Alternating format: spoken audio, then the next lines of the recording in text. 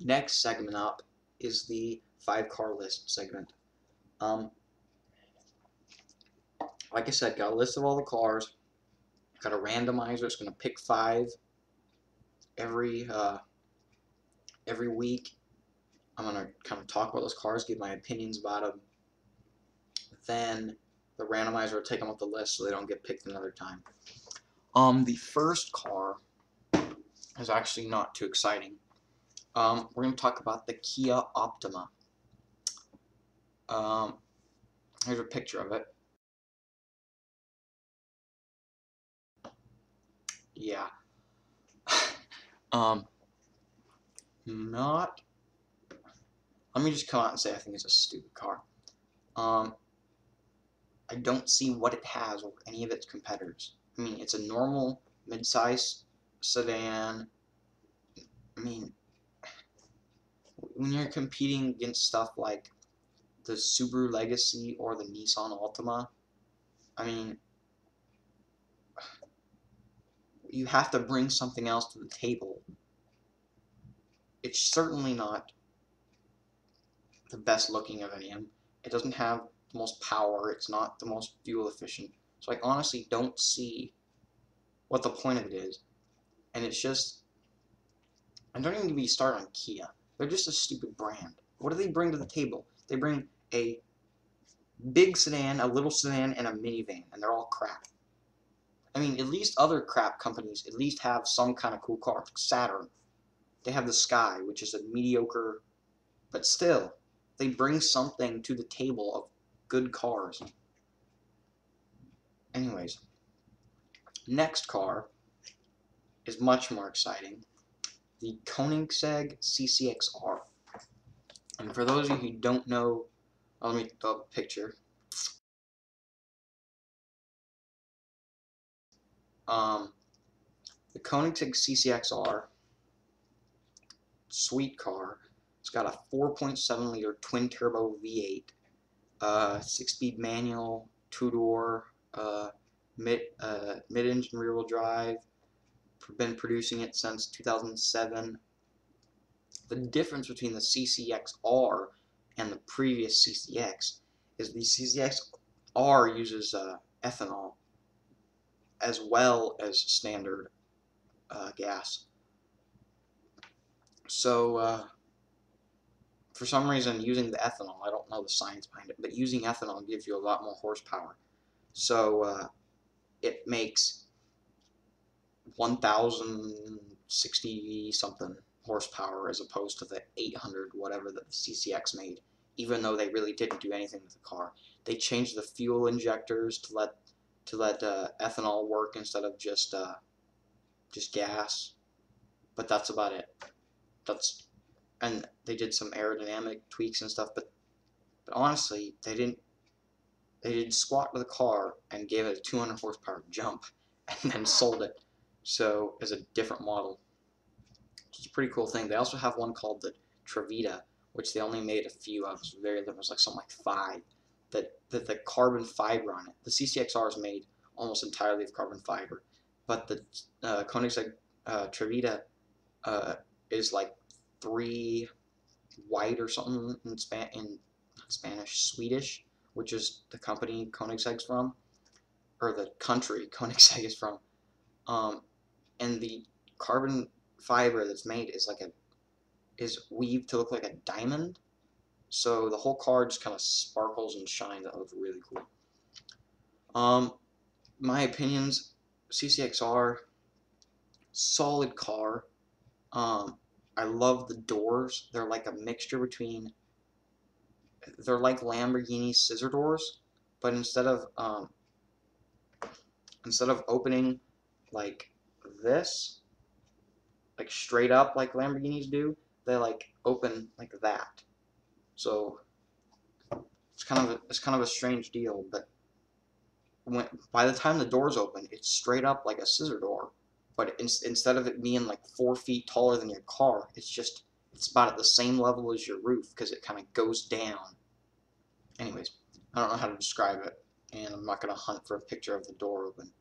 But I don't know if you've the end of the movie Fast Five. I don't know if you've seen it. when uh, whoever Ludacris plays and Roman Pierce or whatever his name is, both buy those cars, and you can see how the doors open. Looks really solid, really cool. The CCXR, never driven one on the simulator, but I imagine would be really cool. I mean, Top Gear reviews and reviews I've read and stuff are pretty positive. Uh, Not the car to buy if you're looking for fuel economy or anything, but according to Koenigsegg, theoretically, their car can go 271 miles an hour. So, pretty dang fast car. Um, I give it a thumbs up. Meets my approval.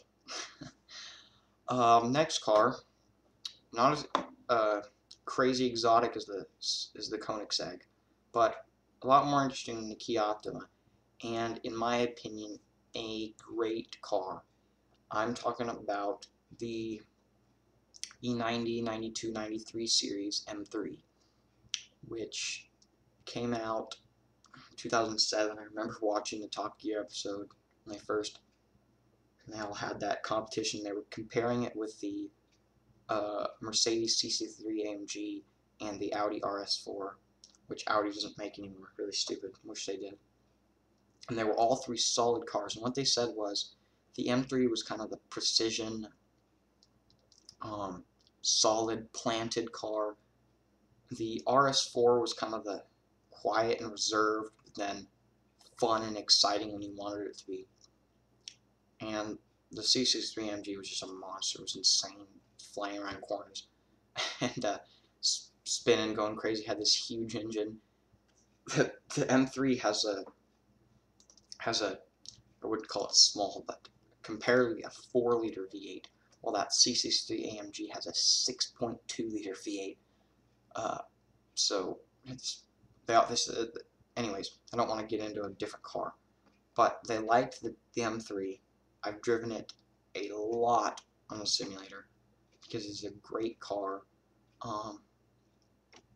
It's fast, it's fun, it looks great.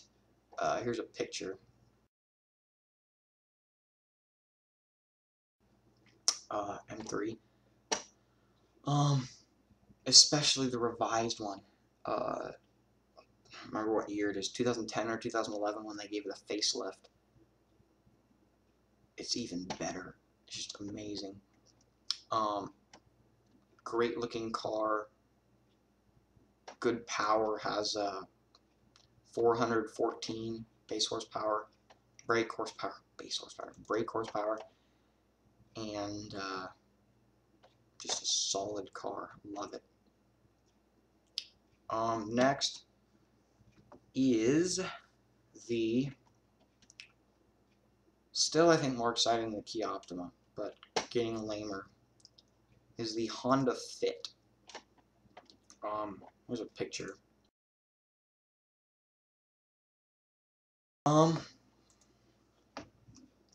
Interesting little car. It's just a little 5-door hatchback subcompact by Honda. Not much power, obviously. I mean, I've driven on simulators older versions from like the 90s, but it's not even really the same car, so I can't really comment. The only time I ever remember reading of it is, again, I using another Top Gear references. They did an episode on comparing it with a couple other subcompacts. I don't remember exactly what they were. In Europe, it's called the Honda Jazz. Same car, just different name. And it won their little comparison. So I'm not a huge fan of subcompacts, anyways. I mean, I don't really like those little commuter city cars, but if that floats your boat and that's what you need, and you need the fuel economy and the smallness if you live in a big congested city, then I assume it's a solid choice. So I'll give it a acceptable, decent rating. And now we get to a car that I absolutely hate. It's weird that we have one of my favorite cars, the M3, and one of my least favorite cars, the next one. And it is the Dodge Nitro. Here's a picture.